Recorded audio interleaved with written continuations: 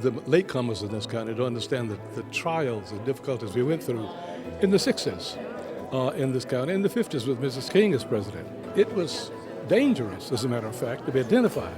That's why we met underground. We were a segregated county. All the bad things about segregation were present here.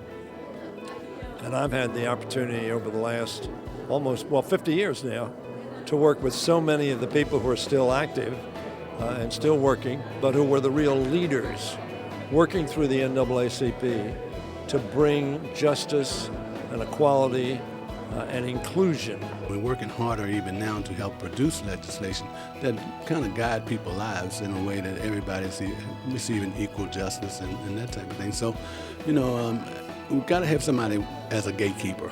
And the NAACP has taken a role for over 100 years as the gatekeeper. Economic sustainability, health, education, public safety, criminal justice, and voter rights and voter empowerment. That's our benchmark. And things that we have done, for example, we have held housing foreclosure seminar. We saved over 829 homes last year. We fixed it to launch a major event with Aqua Finance on the 14th of November.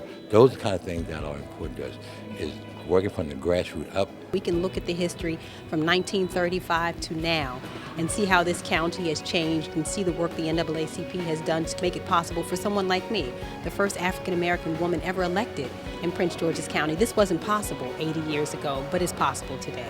Here we're honoring those people in the community that has really shown that they have worked for our community and made a better life and a better quality of life for the citizens of Prince George's County.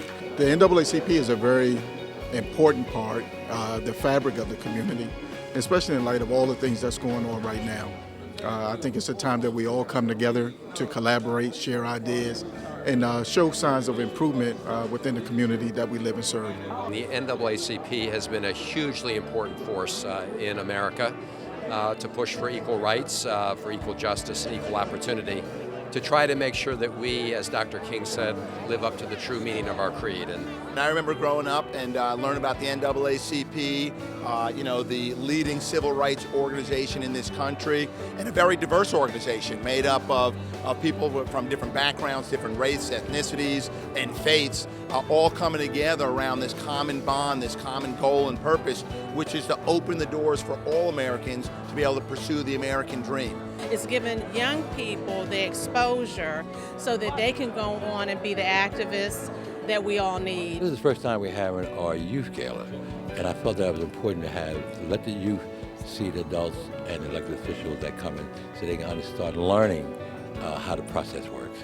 So they are our VIPs here tonight. We always wanted to do something like this, and just to be able to do this is just like blows all of our minds. It's kind of like a celebration for us, and also a fundraiser too. So from doing things like food drives, clothing drives, picking up litter, helping out with voter registration, this will be that one opportunity that other people who have not witnessed the Youth Council can see kind of what we're about. I hope it turns into like a big organization where youth are just come in and enjoy getting the experience of getting experience to help people, help them for the future, because this actually really helps you with talking in interviews like I'm doing right now, and business and leadership. It teaches you a lot of skills that you need. One of the things we're also doing is we're helping with voter registration, which is important because we gotta have people vote, because if you don't vote and something goes in that you don't want, you can't do as much about it as you could have before. I think we have an opportunity to really see a foundation of young people